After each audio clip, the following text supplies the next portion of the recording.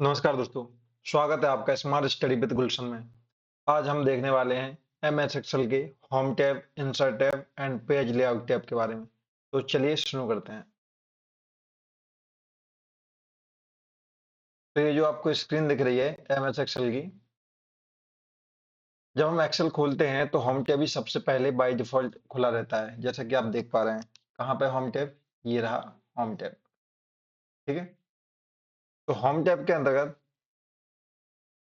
इसमें क्या, वो सारे टूल्स होते हैं जिसकी हमें जरूरत बार बार पड़ती है। जैसे देखो, ये फॉन्ट देख लो, चाहे फॉन्ट स्टाइल चेंज करनी हो, चाहे अलाइनमेंट वगैरह हो, चाहे मर्जिंग सेंटर हो, चाहे कट कॉपी हो, ये सब इसमें पाए जाते हैं। तो एक एक करके समझते हैं।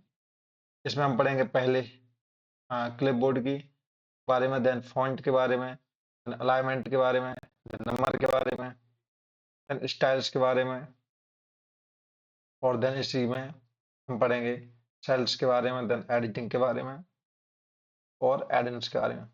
तो चलिए शुरू करते हैं एक एक करके। सबसे पहले हम बात करेंगे क्लिपबोर्ड के बारे में। ठीक है। तो इसमें देख लीजिए, हम कट कॉपी फॉर्मेट पेंट और पेस्ट की बात करेंगे। तो क्लिपबोर्ड ग्रुप में हमें 4 ऑप्शन देखने को मिलते हैं, और हम जो जो इम्पोर्टेंट है उनकी ज्यादा बात करेंगे ना। करेंगे तो सबकी बात, लेकिन विस्तार में थोड़ा उन्हीं को समझेंगे। जैसे अगर हम कट की बात करें, तो डेटा को एक जगह से हटाकर दूसरी जगह ले जाना कट कहलाता है। मतलब कैसा? जैसे यहाँ पर राम लिखा है, कि मैंने हालांकि एमएस वर्ड में आपको समझाया है, लेकिन फिर भी समझ लीजिए।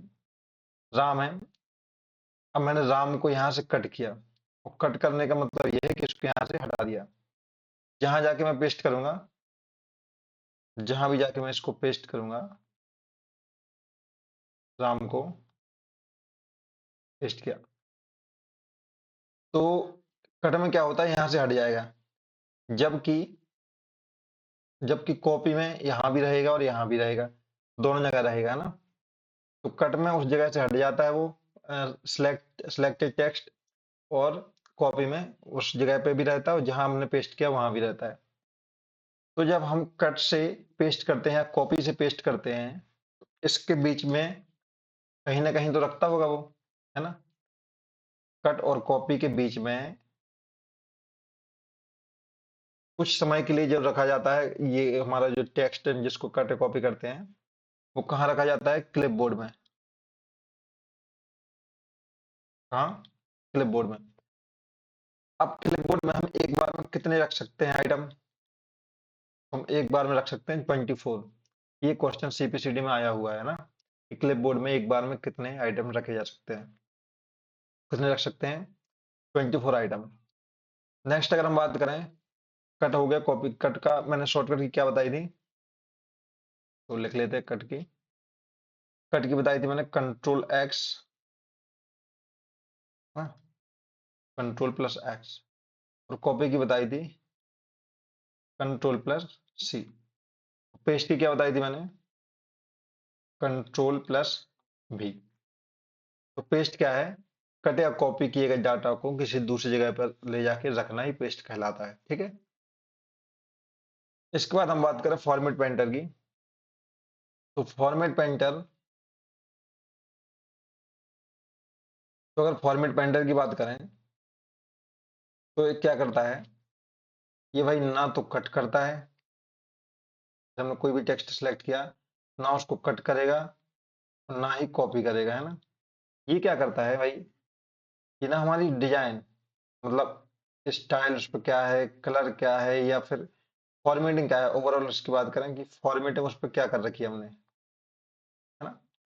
उसको बोल्ड दे रखा है, इटैलिक दे रखा है, स्टाइल दे रखी है, कोई कलर दे रखा है, तो ये फॉर्मेटिंग को कॉपी करता है ना। और उसको कॉपी करने के लिए, फॉर्मेटिंग को कॉपी करना है, उसको कॉपी करने के लिए जो शॉर्टकट की होती है, वो होती है कंट्रोल प्लस शिफ्ट प्लस सी। इसमें क्या करता है? फॉर्मेटिंग कॉपी करता है। ठीक है। और अगर हमें पेस्ट करवाना है, तो बस यहाँ पे आ जाएगा वी, बाकी सब सेम रहेगा, control plus shift plus V, तो यहाँ हो जाएगा पेस्ट। ठीक है। तो ये था हमारा क्लिपबोर्ड। अब नेक्स्ट हम बात करेंगे फॉन्ट ग्रुप की। फॉन्ट ग्रुप कहाँ है, वापस देख लेते हैं। फॉन्ट ग्रुप ये रहा हमारा, इसके अंतर्गत bold, italic, underline, border line वगैरह ये सब स्टाइल, इनकी फॉन्ट की साइज और कौन सा फॉन्ट सेलेक्ट है, ये सब देखेंगे हम, है ना। तो चलिए फॉन्ट की बात करते हैं। नेक्स्ट हमारा ग्रुप है फॉन्ट ग्रुप जी। तो फॉन्ट ग्रुप में सबसे पहला ऑप्शन मिलता है हमें देखने को, वो फॉन्ट फेस। ठीक है। अब फॉन्ट फेस से मतलब क्या है, फॉन्ट फेस से मतलब ये है कि जो हमारा बाय डिफॉल्ट होता है ना, कौन सा, कैलिबरी, ये होता है हमारा बाय डिफॉल्ट। कब की बात है, एक्सेल 2007 के बाद ये क्या होता है, बाय डिफॉल्ट।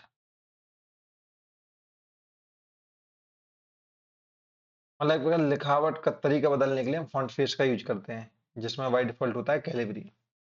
अगर फॉन्ट साइज की बात करें तो ये है अक्षर का आकार। जैसे बाय डिफॉल्ट कितना होता है, सेकंड, बाय डिफॉल्ट तो होता है हमारा 11। जैसे आप ओपन करोगे एमएस एक्सेल तो आपको 11 मिलेगा बाय डिफॉल्ट। और जो वो लिस्ट आपको ड्रॉप डाउन मेन्यू होती है ना, मतलब जो गिरती हुई दिखती है, तो वो 8 से लेके होती है 72 तक। कहाँ तक, 72 तक। और जो बाय डिफॉल्ट है वो होता है 11। ठीक है। और अगर मैनुअली हम टाइप करने की बात करें कि हम मैनुअली कितना टाइप कर सकते हैं, डिटेलिंग आ जाती है कई बार ना, 1 से लेके 409 तक हम पॉइंट सेलेक्ट कर सकते हैं। ठीक है। ये होगी फॉन्ट साइज। नेक्स्ट, ये जो आपको बी लिखा है, इसका क्या मतलब है, तो इस वाले बी का मतलब है बोल्ड। बोल्ड मतलब कलर, जैसे आप भी जो है ना, जैसे मान के चलो राम लिखा है, राम को और गहरे रूप में लिखने के लिए हम बोल्ड का यूज करते हैं। इसकी शॉर्टकट की होती है इसमें दो, पहली तो होती है कंट्रोल प्लस बी और दूसरी होती है कंट्रोल प्लस 2। ठीक है। अब इटैलिक की बात करें, ये क्या है, आई लिखा है, ये है इटैलिक। मतलब तिरछे अक्षर नहीं लिख देते हम, जैसे राम लिखना है मुझे, मैंने ऐसे करके लिख दिया, है ना, ये इटैलिक है। और मैंने जो बोल्ड बोला था वो कैसे, ये मैंने उभरा हुआ लिख दिया, राम। ठीक है। तो इटैलिक में इसकी शॉर्टकट की क्या होती है, control plus I, I for italic, या फिर कंट्रोल प्लस 3। नेक्स्ट हम बात करें यू। यू क्या है, यू है अंडरलाइन। जैसे राम के नीचे मैंने अंडरलाइन लगा दी तो यही है क्या, अंडरलाइन। यू फॉर होता है अंडरलाइन। इसकी शॉर्टकट की होती है कंट्रोल यू या फिर कंट्रोल 4। ठीक है। नेक्स्ट हम बात करें बॉर्डर की। अगर हम बॉर्डर की बात करें तो जो हम सेल सेल किसको बोल रहे हैं, ये रो और कॉलम से मिलकर बनी संरचना को हम सेल कहते हैं। तो जो एक्सेल होता है, जो देखने में तो लगता है कि लाइन्स हैं उसमें, है ना, बॉर्डर लाइन, लेकिन उसमें एक्चुअली में होती नहीं है। तो बॉर्डर से हम क्या करते हैं, बॉर्डर लाइन वगैरह लगाते हैं। फिल कलर की बात करें तो सेल के अंदर आपको कौन सा कलर फिल करना है, वो हमारा इसके द्वारा हम भर सकते हैं। मतलब इस कहने का मतलब ये है कि सेल का बैकग्राउंड कलर, पर्टिकुलर सेल को अलग बैकग्राउंड कलर से भर सकते हैं ना। नेक्स्ट फॉन्ट कलर, तो ये थी फिल सेल के कलर के लिए, और ये है हमारे फॉन्ट के कलर के लिए। जो भी हम लिख रहे हैं ना, मतलब हमने कोई टेक्स्ट लिखा, उसका अगर हमें कलर चेंज करना है तो हम फॉन्ट कलर का यूज करेंगे। ठीक है। उसके बाद चलेंगे हम नेक्स्ट ग्रुप पे। इसमें हम बात करेंगे नेक्स्ट अलाइनमेंट ग्रुप की। तो अलाइनमेंट ग्रुप में हमें ये सारे ऑप्शन देखने को मिलते हैं। इसमें सबसे पहला ऑप्शन हमें देखने को मिलता है हॉरिजॉन्टल अलाइनमेंट, हॉरिजॉन्टल का मतलब क्या है यहाँ? क्षैतिज, है ना, क्षैतिज अलाइनमेंट। और अगर इसकी वर्टिकल की बात करें तो ऊर्ध्वाधर या फिर लंबवत, ठीक है। अब अगर हॉरिजॉन्टल अलाइनमेंट की बात करें और क्षैतिज अलाइनमेंट की लंबवत अलाइनमेंट की बात करें, तो हॉरिजॉन्टल में सबसे पहले तीन प्रकार के अलाइनमेंट देखने को मिलते हैं, लेफ्ट, सेंटर और राइट, ठीक है। और वर्टिकल की हम बात करें, वर्टिकल में टॉप मतलब ऊपर, मिडिल मतलब बीच में, और बॉटम मतलब नीचे। Left, centre, right, top, middle, bottom. तो इसका क्या मतलब है? जैसे में इसमें हम कुछ बाय डिफॉल्ट की बात करें, तो जैसे हम एक्सेल में जब हम लिखते हैं, तो जैसे मान लीजिए चलो कोई भी टेक्स्ट है ABC, ठीक है। तो वो अपने आप ना लेफ्ट लाइन होता है, मतलब बाएं हो जाता है अपने आप। और अगर ये नंबर की बात करें, 1 2 3 वगैरह नंबर हो गए, नंबर होता है राइट लाइन, ऑटोमेटिक, ठीक है। और अगर हम इसकी बात करें वर्टिकल में, तो बाय डिफॉल्ट कौन सा होता है? ये होता है बाय डिफॉल्ट, ठीक है। अब अलाइनमेंट क्या है, देखो ऐसे समझो आप, जैसे ये है आपका सेल, ठीक है। तो अगर कुछ भी यहाँ लिखा है, जैसे मैंने लिखा RAM, ये लिखा RAM, तो इसको बोलेंगे हम कौन सा अलाइनमेंट? Left alignment. अगर ये सेंटर में आ जाए तो सेंटर अलाइनमेंट, और राइट में आ जाए तो राइट अलाइनमेंट। और अगर इसको हमने एग्जाम यहाँ पहुंच जाए तो ये हो गया टॉप, अगर बीच बीच है तो मिडिल, और नीचे है तो बॉटम अलाइन, ठीक है। अब बात करते हैं ओरिएंटेशन। ओरिएंटेशन क्या है भाई? तो टेक्स्ट को तिरछा मतलब एंगल या फिर खड़ा करने लिखने के लिए ओरिएंटेशन का यूज करते हैं हम। मतलब आपको अगर टेक्स्ट को तिरछा लिखना है या फिर वर्टिकल लिखना है, तो हम ओरिएंटेशन का यूज करेंगे, ठीक है।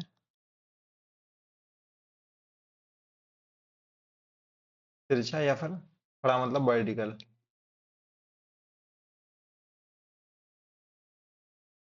नेक्स्ट बात कर रैप टेक्स्ट की, ये क्या है? इसमें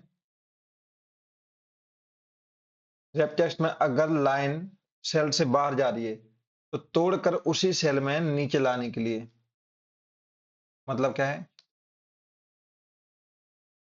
जैसे ये सेल है, ठीक है। इसमें मैंने लिखा गुलशन। अब ये देखो, इस सेल से बाहर चला गया SHN, ठीक है। तो अगर मैं रैप टेक्स्ट कर दूंगा, मतलब शॉर्टकट की होती है उसकी अल्ट प्लस एंटर, मैंने अल्ट प्लस एंटर प्रेस कर दिया, तो ये टूट कर इसी में आ जाएगा, कहाँ? ऐसे लग जाएगा GULSHAN, एक ही के अंदर, है ना। ये हो गया हमारा रैप टेक्स्ट। अब हम बात करें मर्ज सेंटर की, तो मर्ज सेंटर का समझो, पहले तो ये कि दो या दो से ज्यादा सेल्स को जोड़कर एक सेल्स में कन्वर्ट करना मर्ज सेंटर कहलाता है। कैसे? जैसे मान के चलो ये की सेल है, ठीक है। इसमें मैंने लिखा R, एक दूसरा सेल है, इसमें लिखा A, और तीसरे में लिखा मैंने M, ठीक है। अब जब मैं मर्ज सेंटर पर क्लिक करता हूं तो क्या होता है? ये तीनों सेल मिलाकर एक सेल बन जाते हैं, ठीक है। और एक कंबाइन में हमें क्या लिखा मिल जाता है? राम, ठीक है। तीनों मर्ज हो जाते हैं। तो ये मर्ज किया हुआ। नेक्स्ट हमारा जो ग्रुप है वो है नंबर ग्रुप। अगर नंबर ग्रुप की बात करें तो उसमें हमें सबसे पहले देखने को मिलता है जनरल। जनरल में भी क्या, तो अगर हम जनरल की बात करें, भाई इसमें कोई फॉर्मेट नहीं होता, है ना। अगर आपने जनरल पे क्लिक कर रखा है, मतलब सब फॉर्मेट को एक्सेप्ट कर लेगा। अगर नंबर की बात करें, नंबर क्या करता है? ये डेसिमल के साथ संख्या दिखाता है, ठीक है।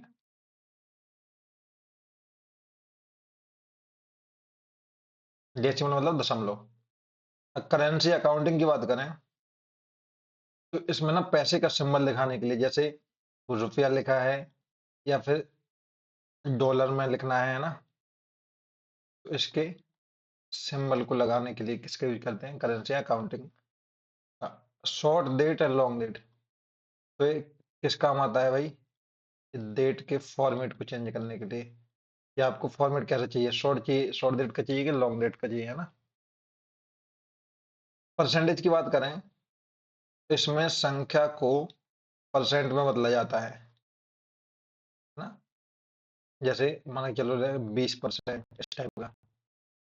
इंक्रीज या डेसिमल की बात करें तो दशमलव के बाद, है ना, दशमलव के बाद जीरो बढ़ाने या घटाने के लिए हम किसका यूज करते हैं, इंक्रीज या डिक्रीज डेसिमल का। तो आप इसको ऐसे लिख लो, दशमलव के बाद जीरो को घटाना या बढ़ाना, ठीक है। नेक्स्ट हम बात करेंगे हमारे दूसरे ग्रुप की, जो कि स्टाइल्स ग्रुप। स्टाइल्स ग्रुप में सबसे पहले दे रखा है हमें कंडीशनल फॉर्मेटिंग। ये भाई आईएमपी है हमारे सीपीसीटी के दृष्टिकोण से, ठीक है। तो अगर हम कंडीशनल फॉर्मेटिंग की बात करें तो जैसा कि इसके नाम में है कंडीशनल, मतलब ये शर्त के आधार पर फॉर्मेटिंग लगाता है। जैसे जैसे मान के चलो हमने कोई शर्त लगाई कि जैसे जिन बच्चों के नंबर 33 से कम है वो अपने आप रेड हो जाए। ये हमने शर्त लगाई कि जिनके नंबर 33 से कम है वो कैसे हो जाए, रेड हो जाए। तो जो भी इससे कम नंबर होंगे वो अपने आप में कैसे हो जाएंगे, रेड हो जाएंगे, ठीक है, रेड कलर के। ये हमने कोई फॉर्मेटिंग लगाई है। उसके बाद करें फॉर्मेट एज अ टेबल। अगर फॉर्मेट एज अ टेबल की हम बात करें तो इसका मतलब है, मतलब पूरी टेबल को एक बना बनाया डिजाइन देने के लिए इसका यूज करते हैं हम। जैसे हमने कोई टेबल बना के रखी है, इसमें फॉर मतलब टेबल के फॉर्मेट हमें दे रखे हैं, तो उस पर क्लिक कर देंगे तो वो टेबल का फॉर्मेट दूसरे फॉर्मेट में कन्वर्ट हो जाएगा, ठीक है। और अगर सेल्स स्टाइल्स की बात करें तो सेल्स स्टाइल में, तो इसमें लिखो आप किसी भी सेल को हेडिंग या फिर वार्निंग, जैसा आप दिखाना अगर चाह रहे हैं ना तो वो आपको कहाँ से मिल जाएगा, सेल स्टाइल से मिल जाएगा, ठीक है।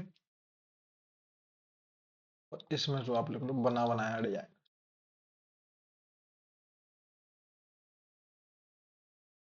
देने के लिए, ठीक है। नेक्स्ट हम बात करेंगे, जो हमारा ग्रुप है वो है सेल्स ग्रुप। होम टैब के नेक्स्ट ग्रुप की बात कर रहे हैं, सेल्स ग्रुप। एक बार हम वापस इन सारे ग्रुप्स को देख लेंगे उसमें, है ना, ताकि आप ये भी आपका क्लियर हो जाएगा। तो इनसाइड की बात करें, इनसाइड का यूज कहाँ करेंगे हम, जैसे भाई इनसाइड का यूज हम तब करेंगे जब आपको नई या तो सीट जोड़नी है, ठीक है, या फिर रो जोड़नी है, या फिर कॉलम जोड़ना है। नई सीट, रो या कॉलम जोड़ने के लिए हम क्या करते हैं, इंसर्ट का यूज करते हैं। डिलीट, सेम सेम चीज, रो या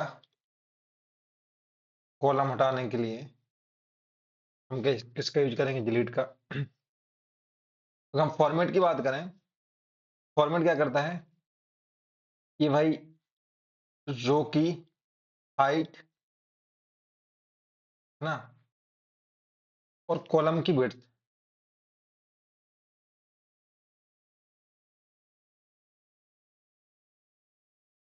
रो की हाइट और कॉलम की विड्थ, इसको एडजस्ट करने के लिए। और तीसरा हाइड या अनहाइड करने के लिए। हाइड मतलब छुपाना, छुपाने या ना छुपाने के लिए इसका यूज करते हैं। जैसे अब इसमें हम समझेंगे रो की हाइट बाय डिफॉल्ट कितनी होती है, बाय डिफॉल्ट होती है 15, ठीक है। कॉलम की विड्थ बाय डिफॉल्ट कितनी होती है, तो ये होती है 8.43। और हाइड अनहाइड का उपयोग कहाँ करा जाता है, तो किसी भी रो या कॉलम को अगर आपको या तो छुपाना है या फिर वापस दिखाना है, मतलब छुपाने को बोल दो, तो हम किसका यूज करते हैं, हाइड या अनहाइड का। तो ये कहाँ मिलता है हमें, सब सेल्स ग्रुप के अंदर फॉर्मेट में, ठीक है। इसके बाद जो हमारा दूसरा ग्रुप है वो है एडिटिंग ग्रुप। अगर हम एडिटिंग ग्रुप की बात करें तो चलिए इसको भी समझ लेते हैं। इसमें हमें जो देखने को मिलता है, पहला तो मिलता है हमें ऑटो सम। अब ऑटो सम की हम बात करें, ये जो आप निशान देख पा रहे हैं, ये एक सेकेंड, ये वाला निशान, ये किसका है, ऑटो सम का। और ऑटो सम का मतलब ये है कि इसको अपने आप जोड़ देता है ये। मतलब इसमें आपको कोई फॉर्मूला टाइप नहीं करना है, ये आपको सीधा जोड़ के मतलब आपको सम दे देता है, ये एवरेज आदि निकाल के दे देता है, ठीक है। तो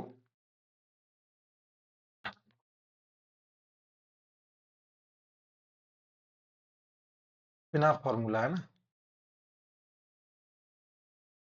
विदाउट फॉर्मूला ये आपको जोड़ और एवरेज मतलब औसत निकाल के दे देता है, ठीक है। इसकी एक शॉर्टकट की होती है, जो कि होती है अल्ट प्लस इक्वल टू, ठीक है। जब आप इसको प्रेस करते हैं तो ऑटो सम हो जाता है। दूसरा ऑप्शन है हमारा फिल का।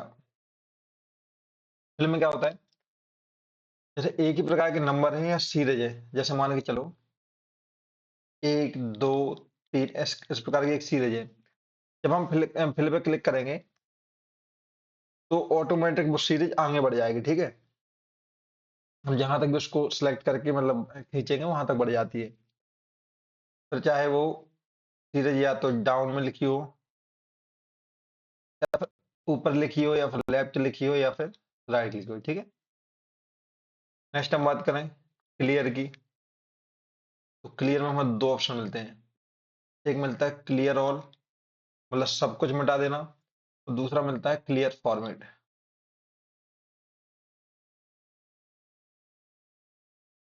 क्या मिलता है, क्लियर फॉर्मेट। मतलब कहने का ये है कि लिखा हुआ तो सब कुछ रहेगा, लेकिन केवल उसकी डिजाइन हट जाएगी। जैसे अगर राम पे मैंने अंडरलाइन कर रखी है, या फिर बोल्ड कर रखा है, या कुछ भी कर रखा है, तो वो तो केवल इसकी फॉर्मेटिंग हट जाएगी, ठीक है। सिंपल राम लिख के आ जाएगा, मतलब जो टेक्स्ट ओरिजिनल है वो लिखा रहेगा। तो यहाँ से हम उसकी फॉर्मेटिंग हटा सकते हैं एडिटिंग ग्रुप से, ठीक है। नेक्स्ट अगर हम बात करें शॉर्ट एंड फिल्टर की, तो शॉर्ट एंड फिल्टर का क्या मतलब है, यहाँ पर दो ऑप्शन है, ठीक है। एक है शॉर्ट और एक है हमारा फिल्टर।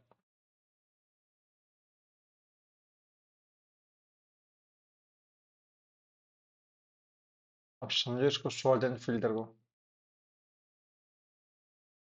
तो भाई कलर चेंज करना है, हाँ। शॉर्ट जैसे कोई भी चीज है, जैसे उसको ए टू जेड जमाना, या फिर जेड टू ए। मतलब कहने का मतलब ये है, या तो उसको आरोही क्रम में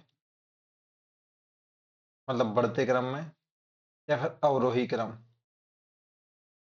मतलब घटते क्रम में लगाने के लिए हम शॉर्ट का यूज करते हैं, ठीक है। जैसे मान के चलो बहुत सारे नंबर लिखे, 8 10 नंबर लिखे, 40 50 60 80 90 इस टाइप का मिक्स नंबर लिखे हैं। तो अगर हम इसको शॉर्ट को कर देंगे ए टू जेड, तो जो सबसे छोटा नंबर होगा वो पहले आएगा, फिर उससे बढ़ते हुए नंबर लग जाएंगे, ठीक है। ऐसे अवरोही में उल्टा हो जाएगा, मतलब घटते हुए क्रम में। फिर इसी के नीचे फिल्टर। अब फिल्टर क्या है, तो फिल्टर ये समझो आप कि जो भी आपने इतना सारा डाटा ले रखा है, उसमें से आपके काम का कौन सा डाटा है उसको छांटना, ये फिल्टर कहलाता है ना। अब इसकी एक शॉर्टकट की होती है, इसकी फिल्टर की, तो वो क्या है, वो होती है भाई हमारी कंट्रोल प्लस शिफ्ट प्लस क्या होगी, एल। ठीक है, ये होती है फिल्टर की शॉर्टकट की। इसके बाद जो हमारा लास्ट ऑप्शन है इसका एडिटिंग ग्रुप का, वो है फाइंड एंड सेलेक्ट। अगर हम फाइंड एंड सेलेक्ट की बात करें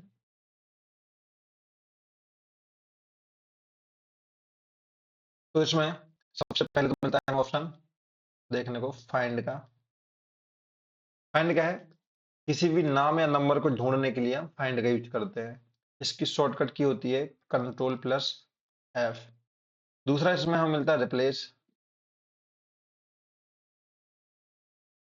अब भाई रिप्लेस का मतलब क्या है, बदल देना। तो किसी भी टेक्स्ट या शब्द को बदलने के लिए हम रिप्लेस का यूज करेंगे, और इसकी शॉर्टकट की होती है कंट्रोल प्लस एच। इसके बाद है गो टू स्पेशल,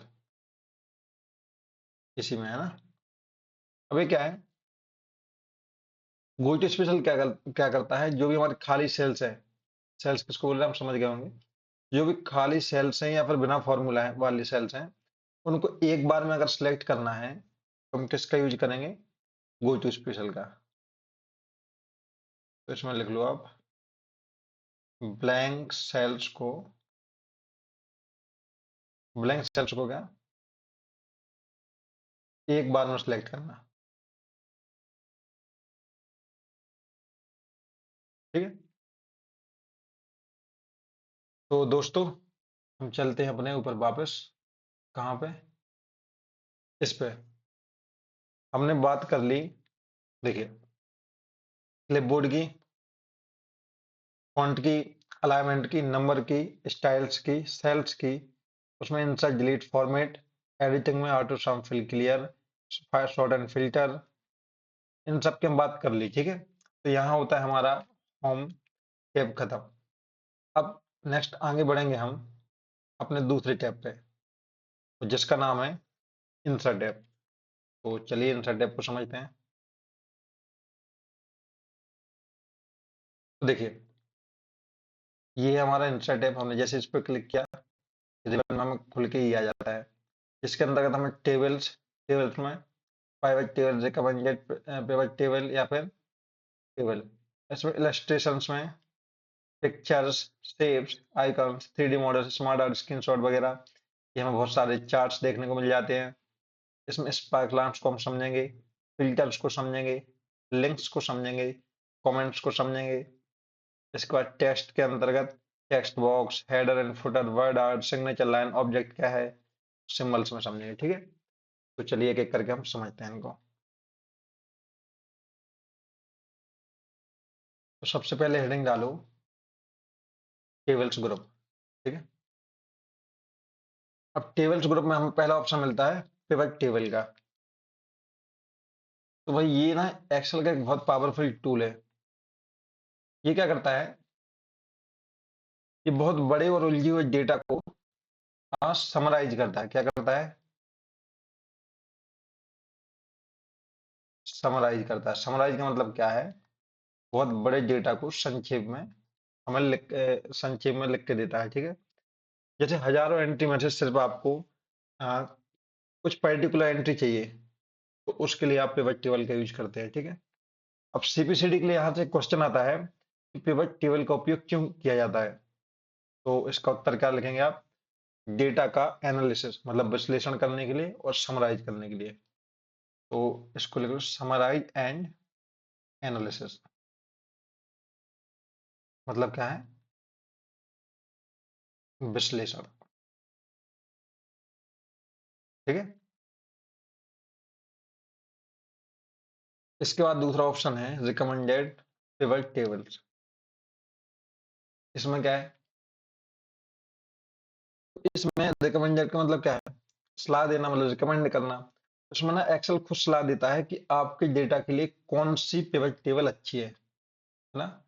इसमें क्या करता है, एक्सेल खुद सलाह देता है। ले ऐसे लिख लो सलाह बाय एक्सेल, क्या की सलाह है, पिवट टेबल कौन सी बेटर होगी आपके दिए गए डाटा के हिसाब से। अगर हम टेबल की बात करें तो टेबल इसका यूज कहाँ करते हैं? तो हमने कोई डेटा सेलेक्ट किया, ठीक है।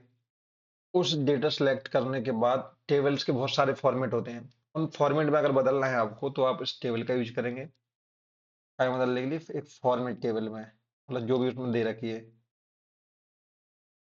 और इसकी शॉर्टकट की होती है, वो याद रखो। पहली होती है Ctrl+T, और साथ में एक और होती है, कौन सी? अगर आप कंट्रोल के साथ एल प्रेस करते हैं तो भी फॉर्मेट टेबल अप्लाई हो जाती है। तो ये है हमारा टेबल्स ग्रुप। इसके बाद हम बात करेंगे इलस्ट्रेशंस ग्रुप की। सॉरी। तो इस ग्रुप को आप समझो, चलो। इसमें क्या देखना है? सबसे पहले मिलता है हमें ऑप्शन पिक्चर्स का, देन ऑनलाइन पिक्चर्स का, शेप्स का, आइकन्स का, 3D model, smart art and screenshot. तो पहला ऑप्शन है पिक्चर्स का। पिक्चर्स का क्या मतलब है? तो आपके डिवाइस में जो फोटो दी गई है, अगर उनको जोड़ना है ना, तो किसका यूज करेंगे हम? पिक्चर्स का। मतलब कंप्यूटर से फोटो जोड़ने के लिए,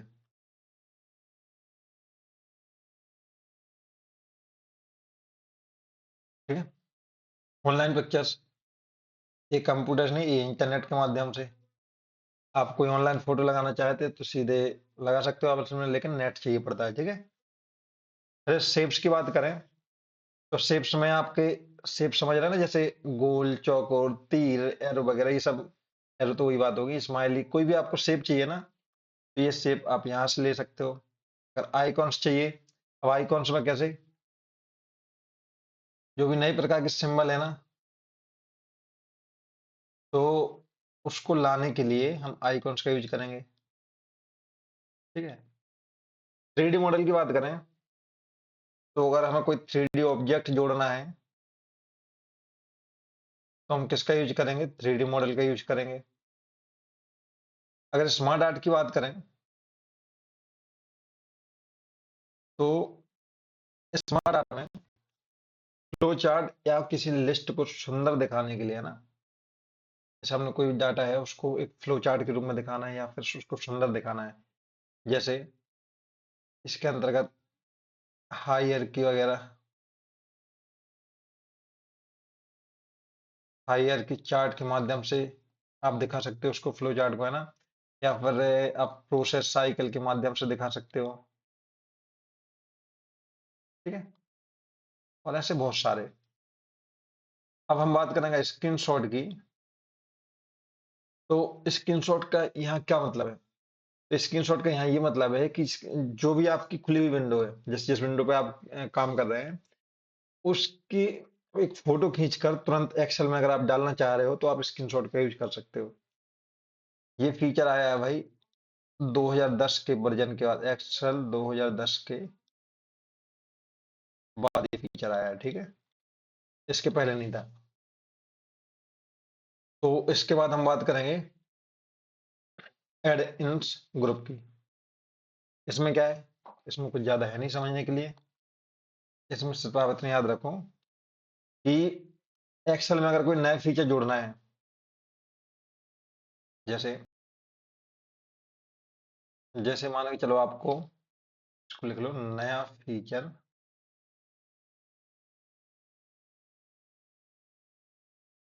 जोड़ने के लिए। अब नया फीचर जैसे क्या? जैसे मान के चलो आपको विकिपीडिया जोड़ना है, या फिर विकिपीडिया के अलावा क्या हो गया, कोई भी, जैसे मान के चलो ट्रांसलेटर वगैरह जोड़ना है, ठीक है। मतलब कुछ भी एक अलग से अगर आपको जोड़ना चाह रहे हो तो यहाँ से जोड़ सकते हो आप, ठीक है। नेक्स्ट हम बात करेंगे चार्ट्स ग्रुप की। चार्ट्स ग्रुप में हम समझ लेते हैं, सॉरी। चार्ट्स ग्रुप में सबसे पहला जो हमारा ऑप्शन मिलता है वो मिलता है हमें रिकमेंडेड चार्ट्स। मतलब इसमें एक्सेल खुद बताएगा आपके डाटा के हिसाब से कौन सा चार्ट सही रहेगा, है ना। अगर हम चार्ट टाइप्स की बात करें तो चार्ट कई प्रकार के होते हैं, जिसमें लिख लेते हैं कुछ चार्टों के नाम। जैसे एक है हमारा कॉलम चार्ट, ठीक है। कॉलम के बाद जैसे हम एक लिख लेते हैं बार चार्ट, एक लिख लेते हैं हम पाई चार्ट, एक लिख लेते हैं हम लाइन चार्ट, एक लिख लेते हैं स्कैटर चार्ट, ठीक है। तो ये विभिन्न प्रकार के चार्ट होते हैं, ऐसे भी और भी चार्ट होते हैं, बस मैंने एक एग्जाम्पल दिए। तो अगर कॉलम चार्ट की बात करें तो कॉलम चार्ट कैसे होते हैं, ये तो आपने देख ही रखे हैं, ठीक है। ये ना, देखिए मैं चार्ट को आपको दिखाता हूँ। ये देखिए इस विंडो में देख पा रहे हैं आप, इसमें एक सेकंड। ये देखिए, ये हमारा कॉलम चार्ट, ठीक है। ये स्कैटर चार्ट, तो किसी कमेंट चार्ट का ऑप्शन बताया तो जो ये रहा। इसमें और इस पर क्लिक करेंगे आप इस एरो पे, तो ये एक्स वाई दिख रहा है, ये वाला ये स्कैटर चार्ट है, ये हमारा पाई चार्ट है। तो ये हमारे चार्ट्स, ठीक है। चलिए आगे बढ़ते हैं। चार्ट्स वाला ग्रुप हो गया, इसके इसके अंतर्गत अब ये रहेगा ये हमारा पिवट चार्ट। तो ये क्या है भाई, तो आपने जो पिवट की टेबल बनाई थी ना, उससे पिवट टेबल के डाटा से, पिवट टेबल के डाटा से अगर चार्ट बनाना है तो हम पिवट चार्ट का यूज करेंगे।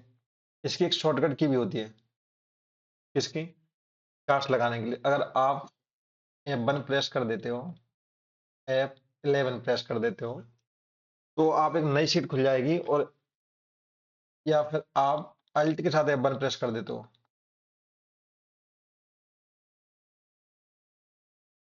तो फिर उसी शीट पे, मतलब अगर आप F1 प्रेस कर रहे हो तो आपको एक नई शीट पे एक विंडो खुल जाएगी, और इस पे ना उसी शीट पे, ठीक है। तो ये था हमारा चार्ट्स ग्रुप। अब उसके बाद नेक्स्ट हम बात करेंगे अपने स्पार्क लाइंस ग्रुप की।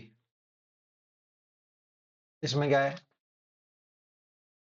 तो भाई स्पार्क लाइन ग्रुप में, इसको लिखो, स्पार्क लाइंस क्या होता है भाई, तो ये लिखो, ये ना सेल के अंदर ही एक चार्ट बन जाता है।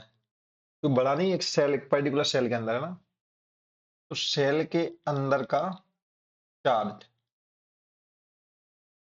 क्या कहलाता है, स्पार्क लाइन कहलाता है, ठीक है। ये हालांकि पूरा चार्ट नहीं बताता है, बस ये आपको एक उस सेल के अंदर का उतार चढ़ाव दिखाएगा, है ना। जैसे इसके टाइप में अगर बात करें, तो इसके अंतर्गत आप लाइन चार्ट आ सकता है, आपका कॉलम चार्ट आ सकता है, आपका आपको कुछ भी जीत हार का चार्ट आ सकता है, विन लॉस का, है ना। ये सारे चार्ट इस ग्रुप के अंतर्गत आ जाते हैं। बस इसमें तुम्हें देखना है, इसके इससे ज्यादा डिटेल बन जाएंगे इसमें। अब नेक्स्ट हम बात करेंगे फिल्टर्स ग्रुप की।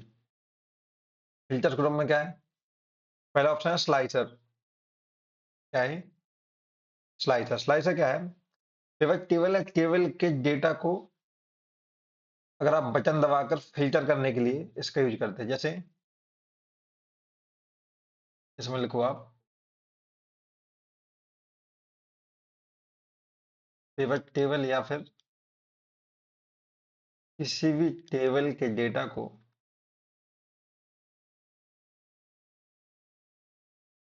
आप एक बटन दबाकर फिल्टर करना चाह रहे हैं ना, तो आप वो यहां से कर सकते हो। और अगर आप, ये दूसरा टाइम लाइन है ना, और आप तारीख, तारीख मतलब आप अगर डेट के हिसाब से फिल्टर करना चाह रहे हो, तो आप किसका यूज करोगे, टाइम लाइन का, ठीक है। मतलब डेट के हिसाब से अगर डाटा फिल्टर करना है तो आप टाइम लाइन का यूज करोगे फिल्टर्स ग्रुप में। नेक्स्ट हमारा ग्रुप है लिंक्स ग्रुप।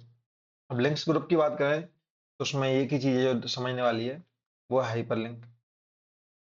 मतलब ये है कि किसी भी टेक्स्ट या फोटो पर आपको क्लिक करके कोई फाइल या वेबसाइट या किसी सीट का दूसरा हिस्सा उस पे अगर आप कुछ जाना चाह रहे हो तो आप हाइपरलिंक का यूज करेंगे, मतलब उसको आप एक लिंक की तरह यूज करेंगे, ठीक है। तो इसमें अगर आपने लिंक बन गई, तो लिंक बनने के बाद ना, जो जिस टेक्स्ट को आपने हाइपरलिंक किया है वो कैसा हो जाएगा, नीला हो जाएगा, ठीक है। और साथ में अंडरलाइन भी हो जाता है। इसकी एक शॉर्टकट की होती है कंट्रोल+K, हाइपरलिंक की, ठीक है। चलिए नेक्स्ट ग्रुप, नेक्स्ट हमारा टेक्स्ट ग्रुप। टेक्स्ट ग्रुप की बात कर लेते हैं। इसमें पहले सबसे पहला ऑप्शन है टेक्स्ट ग्रुप के अंतर्गत टेक्स्ट बॉक्स का। अब टेक्स्ट बॉक्स क्या करता है कि जैसे जहां पर सेल नहीं है, अगर आप वहां भी लिखना चाह रहे हो तो उस टेक्स्ट बॉक्स का यूज करेंगे। जैसे मान के चलो टेबल नहीं, जैसे मान के चलो कोई भी चार्ट बनाया आपने, अब चार्ट पे सेल तो बना नहीं उस पे, तो अगर आप उस पर कोई टेक्स्ट लिखना चाह रहे हो तो आप टेक्स्ट बॉक्स पे इंसर्ट करा के उस पर लिख सकते हो, ठीक है। तो सिंपल सा, जहां सेल नहीं है वहां लिखना, ठीक है। हेडर और फुटर की बात करें तो हेडर तो आप जानते हो। हेडर मतलब, हेडर मतलब पेज के ऊपर वाला, और फुटर मतलब पेज के नीचे। एक सीपीसीटी के पॉइंट ऑफ व्यू से एक चीज याद रखनी है आपको, कि हमारा जो नॉर्मल व्यू होता है उसमें हेडर एंड फुटर नहीं दिखता है, ठीक है। तो भाई कहाँ दिखता है, इसको देखने के लिए आपको जाना पड़ता है पेज लेआउट व्यू में। कहाँ जाना पड़ता है, पेज लेआउट व्यू में, ठीक है। इस सीपीसीटी की दृष्टि से आईएमपी है भाई, इसको याद रखना। चलिए नेक्स्ट बात करें वर्ड आर्ट की। तो सिंपल सा ये है कि अगर आपको कोई स्टाइलिश टेक्स्ट लिखना है तो आप वर्ड आर्ट का यूज करते हैं। सिग्नेचर लाइन, अगर आपको डिजिटल हस्ताक्षर, अपने डिजिटल साइन जोड़ना है तो आप सिग्नेचर लाइन का यूज करेंगे। ऑब्जेक्ट, अगर एक्सेल फाइल के अंतर्गत आपको किसी भी पीडीएफ या फिर किसी भी प्रकार की, जैसे वर्ड डॉक्यूमेंट हुआ, इनको अगर एक्सेल में आपको एम्बेड कराना है, एम्बेड मतलब वो बिल्कुल ऐसा लगे कि आप एक्सेल एक्सेल में आके बिल्कुल ऐसा लग रहा है कि उसी के अंतर्गत फिक्स हो गई, फिट हो गई है, उसको बोलेंगे हम एम्बेड। तो पीडीएफ है वर्ड एक्सेल में एम्बेड कराने के लिए इसका यूज करेंगे हम टेक्स्ट ग्रुप का। अब जो हमारा आखिरी बच जाता है इंसर्ट ग्रुप के अंतर्गत, इंसर्ट टैब के अंतर्गत आखिरी ग्रुप वो है हमारा सिंबल्स ग्रुप। इसके अंतर्गत आपको दो ऑप्शन मिलते हैं देखने को, पहला इक्वेशन और दूसरा है सिंबल। अगर इक्वेशन की बात करें तो इसमें आपको कोई अगर जैसे मैथ के फॉर्मूला लिखना है, ठीक है। जैसे मान के चलो कोई फॉर्मूला a² + b², तो ये कहाँ से लिखेंगे, ये सिंबल्स मिलेंगे आप इक्वेशन के अंदर, इस इक्वेशन के अंतर्गत। और सिंबल की बात करें तो भाई जो भी कीबोर्ड में चिन्ह नहीं है वो कहाँ मिलेंगे हमें, सिंबल ग्रुप के अंतर्गत। अब जैसे कौन कौन से नहीं है, जैसे मान के चलो ये रुपए का नहीं होता हमारे कीबोर्ड में, अल्फा का नहीं होता, बीटा का नहीं होता, इस टाइप के ना। तो भाई यहाँ होता है हमारा इंसर्ट ग्रुप भी खत्म। अब हम नेक्स्ट बात करने वाले हैं अपने तीसरे टैब के बारे में। तो दोस्तों हमारा नेक्स्ट टैब है पेज लेआउट टैब। अब पेज लेआउट टैब मेनली किस काम आता है, तो ये हमारा मेनली काम आता है प्रिंटिंग के। देखो एक्सेल फाइल होती है बहुत बड़ी, उसको इतने सारे पेजेस को सही से अगर सेट नहीं करोगे तो आप प्रिंटिंग में सब गुड़ गोबर हो जाएगा, ठीक है। तो चलिए समझते हैं उसको। क्या क्या होता है इस ऑप्शन में। तो पहले तो हमें ये ऑप्शन दे रखे हैं, ये देखिए ये रहा हमारा पेज लेआउट टैब। हम फाइल की बात कर चुके हैं, होम की बात कर चुके हैं, इंसर्ट की कर चुके हैं। ये हमारा पेज लेआउट। इसके अंतर्गत हम देखेंगे पहले थीम्स के बारे में, फिर पेज सेटअप के बारे में। थीम्स में भी ये रहा थीम्स, कलर्स, फॉन्ट्स, फैक्ट्स।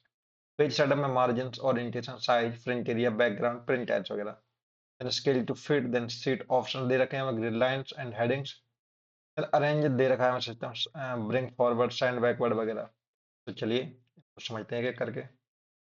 पहला हमारा ग्रुप है थीम्स ग्रुप। इसकी हम बात करें अगर थीम्स की,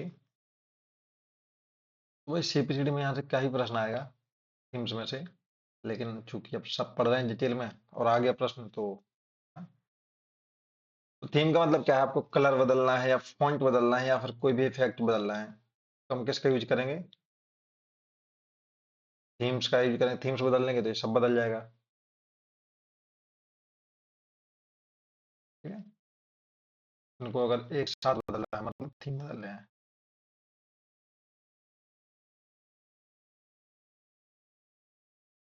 दूसरा कलर्स फॉन्ट। अब ये तो पर्टिकुलर उस चीज के लिए है कि अगर आपको अलग अलग कलर बदलना है या फिर फॉन्ट बदलना है तो आप इनका यूज करेंगे। नेक्स्ट देख लेते हैं हम पेज सेटअप एंड ग्रुप की। भाई इसको आप मोस्ट इंपोर्टेंट मार्क कर लो, वेरी आईएमपी फॉर सीपीसीटी। यहाँ से क्वेश्चन बनते हैं ना। तो हम बात कर रहे हैं पेज सेटअप की, और पेज सेटअप में भी सबसे पहले देख रहे हैं मार्जिन की। अगर हम मार्जिन की बात करें तो मार्जिन किसको बोल रहे हैं हम, जैसे ये है हमारा पेज। ठीक है, तो ये पेज के चारों तरफ का जो ये हिस्सा है ना, इसको हम बोले हैं मार्जिन। ठीक है, अब ये है कि पेज के चारों तरफ हमें कितनी जगह खाली छोड़नी, जैसे ये है। ठीक है, ये पूरी एक्सेल, आपको एक्सेल शीट दिख रही है, यहाँ पर कोई वर्ड फाइल दिख रही है, और आप इसमें कितनी जगह छोड़ना चाह रहे हो। ठीक है, तो इसको हम बोलेंगे मार्जिन। अब देखो मार्जिन कितने प्रकार के होते हैं। पहले होता है टॉप, नीचे को बोलेंगे हम बॉटम, ये है लेफ्ट, ये है राइट। मार्जिन कितने प्रकार के होते हैं, 4 प्रकार के। इसको आप इतना याद रखो कितनी जगह हमें खाली छोड़ना है। ठीक है, इसमें जैसे इसके प्रकारों की बात करें तो कौन कौन प्रकार के होते हैं। तो जैसे एक तो होता है, पहले तो होता है नॉर्मल मार्जिन, फिर होता है नैरो मार्जिन, एक होता है वाइड मार्जिन। नैरो मार्जिन में हमें ज्यादा स्पेस मिल जाता है, वाइड में थोड़ा, मतलब वाइड में ज्यादा मिल जाता है, नैरो मतलब सकरा, उसमें कम स्पेस मिलता है हमें। ठीक है, इसको रखो कम स्पेस, वाइड में ज्यादा स्पेस। ठीक है, अब हम बात करें ओरिएंटेशन की। ओरिएंटेशन मतलब पेज को आड़ा या खड़ा करने के लिए। जब आप पेज खड़ा कर रहे हो, खड़ा का क्या मतलब है, पोर्ट्रेट, है ना, या फिर आप क्या कर रहे हो, आड़ा, इसको हम बोलेंगे क्या, लैंडस्केप।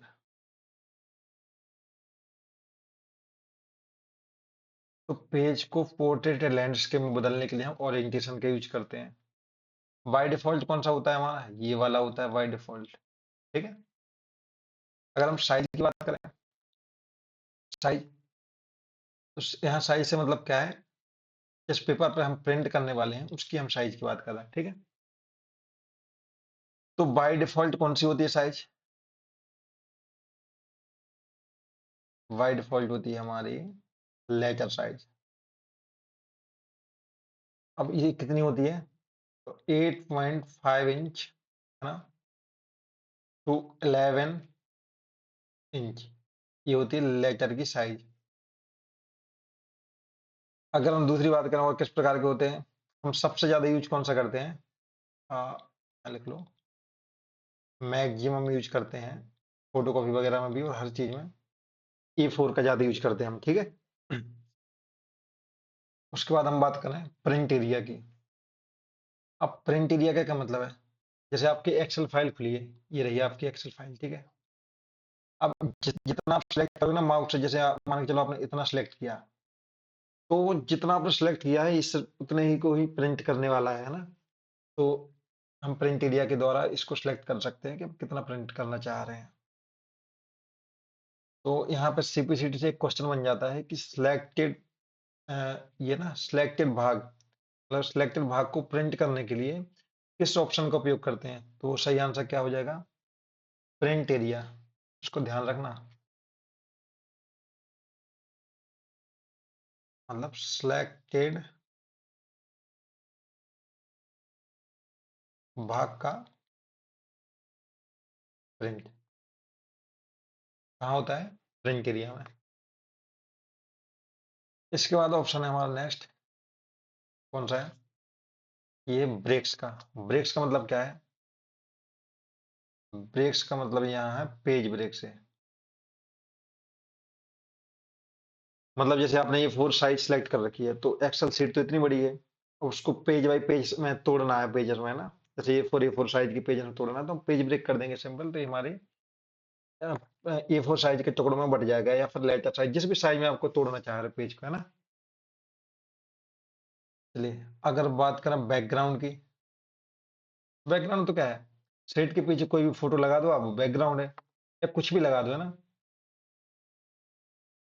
तो इसमें एक चीज और है कि ये प्रिंट में नहीं आती है ना, सिर्फ स्क्रीन पर दिखती है। तो इसको आप सिंपल लिख लो, सीट के पीछे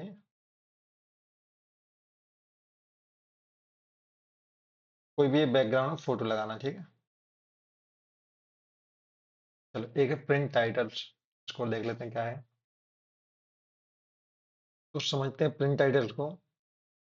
जैसे मान के चलो आपने जो टेबल बनाई है वो बहुत लंबी है और 10 पेज में आ रही है, तो हर पेज पे ऊपर वाली हेडिंग आए, है ना, जिसको हेडर रो कहा जाता है, ये अपने आप नहीं आती, ये आती प्रिंट टाइटल से।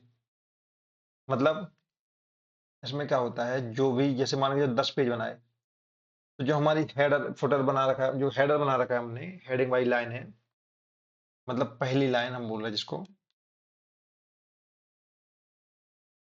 तो क्या करता है, पहली लाइन को, जिसको हम टॉप रो बोलते हैं, हर पेज पर रिपीट करता है।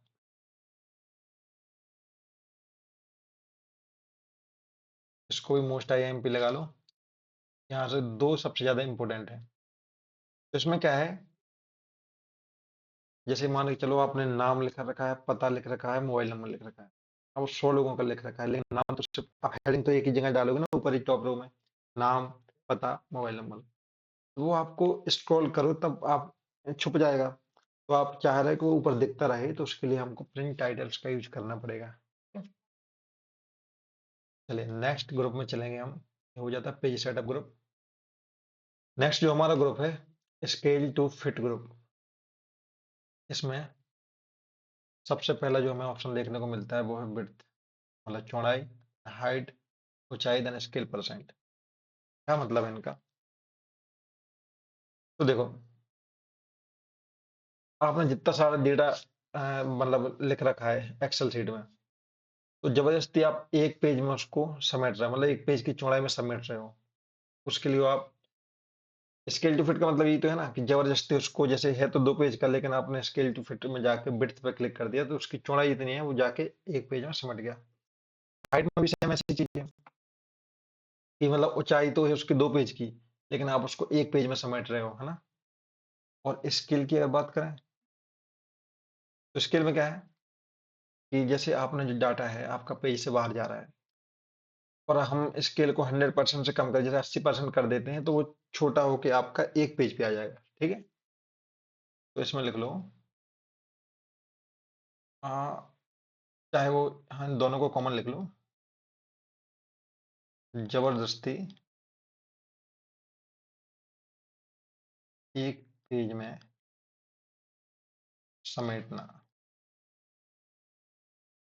ठीक है, दोनों के लिए।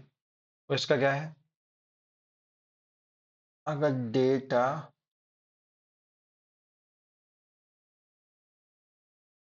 पेज से बाहर है, तो इसके लिए जैसे मान के चलो 100% है, तो उसको घटा के आपने 80% कर दी, तो वो कैसे कैसे आ जाएगा, एक पेज में आ जाएगा। ठीक है, ये है स्केल परसेंट। नेक्स्ट हम ग्रुप की बात करेंगे, जो कि हमारा सीट ऑप्शंस। अब सीट ऑप्शंस ग्रुप में क्या क्या देखने को मिलता है, पहले मिलती है हमें ग्रिड लाइंस, दूसरी मिलती है हमें हेडिंग्स, और बस दो ही मिलती हैं सीट ऑप्शंस में। तो ग्रिड लाइंस क्या है, हम ग्रिड लाइन को बोलते हैं, इस टाइप की लाइन है ना, ये सब मिल के क्या बना रही, सेल बना रही ना। हाँ, तो इसको ऐसे समझो, एक्सेल की वो हल्की लाइन है जो मिल के सेलों का निर्माण करती हैं, वो क्या कहलाती हैं, ग्रिड लाइन कहलाती हैं।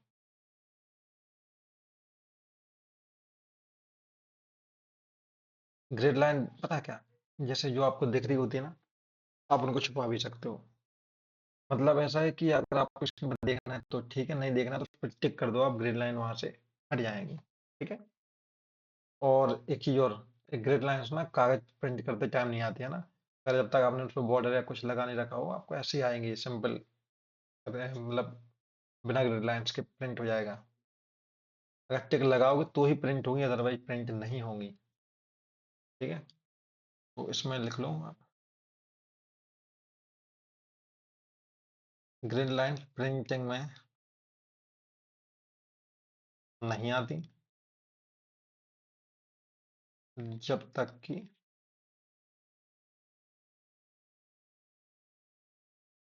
टिक ना लगा रखा हो, है ना। चलो, देन है हेडिंग्स।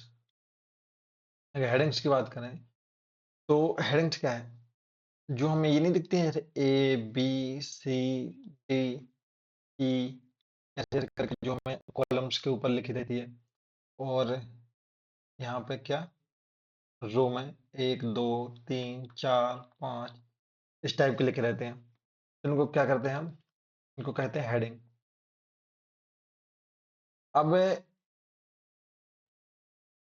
अब इसका यूज कहाँ हो रहा है, मतलब हेडिंग्स के अंदर क्यों इसको डिस्कस कर रहे हैं। तो अगर आप चाह रहे हो कि प्रिंट करते टाइम आपकी हेडिंग्स दिखें, तो आप यहाँ हेडिंग्स पे आके उसको चेक कर दीजिए, तो आपकी वो दिख जाएंगी। अगर चेक नहीं करते हो तो वो नहीं दिखेंगी। मतलब क्या है इसको, क्या प्रिंट आउट में ये हेडिंग्स चाहिए आपको, चाहिए तो टिक लगाएं, अदरवाइज टिक ना लगाएं, सीधी सी बात है। नेक्स्ट हमारे पास है अरेंज ग्रुप। अरेंज ग्रुप में हम बात करें सबसे पहले bring forward and send backward की।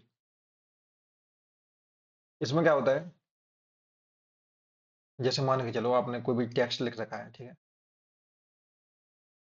अब इसके ऊपर आपने क्या करा, एक फोटो इंसर्ट कर दी, क्या कर दी, एक फोटो इंसर्ट कर दी।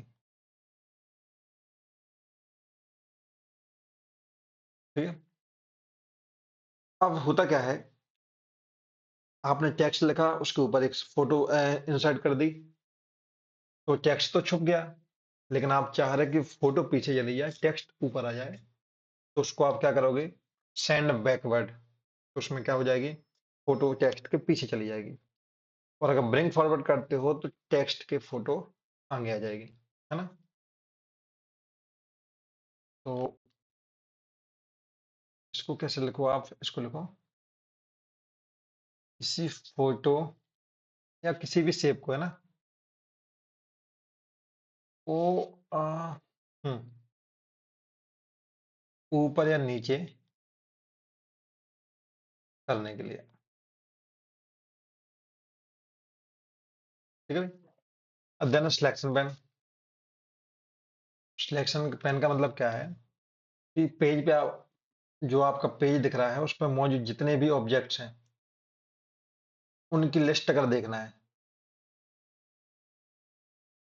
तो हम सिलेक्शन पेन में जाके देख सकते हैं। ठीक है, अलाइन की बात करें, अलाइन का मतलब यहाँ है कि आप फोटो को एकदम सीधा अलाइन करना चाह रहे हो, है ना? फोटो को सीधा अलाइन करना चाह रहे हो, उसके लिए हम अलाइन का यूज करेंगे। अगर ग्रुप की हम बात करें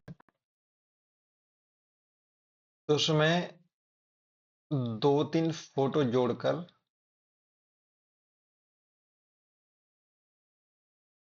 एक बनाना, इसके लिए हम ग्रुप का यूज करते हैं। Then rotate. तो रोटेट का क्या है? फोटो या किसी शेप को आप घुमाना चाह रहे हो, हम किसका यूज करेंगे? रोटेट का। तो ओवरऑल ये फोटो या शेप या ऑब्जेक्ट को लेके ये अरेंज ग्रुप है ना, इसमें और ज्यादा कुछ है नहीं। तो देख लेते हैं और इसके अलावा क्या बचता है। चलिए कुछ हम यहाँ से सीपीसीडी के स्पेशल फैक्ट समझ लेते हैं, किस टाइप से क्या क्या बन सकते हैं। तो पहला तो है वाटर मार्क। क्या है भाई? Water mark.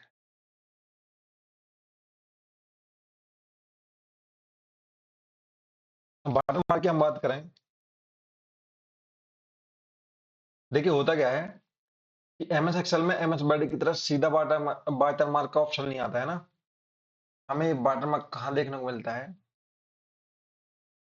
ये हमें हेडर या फुटर में,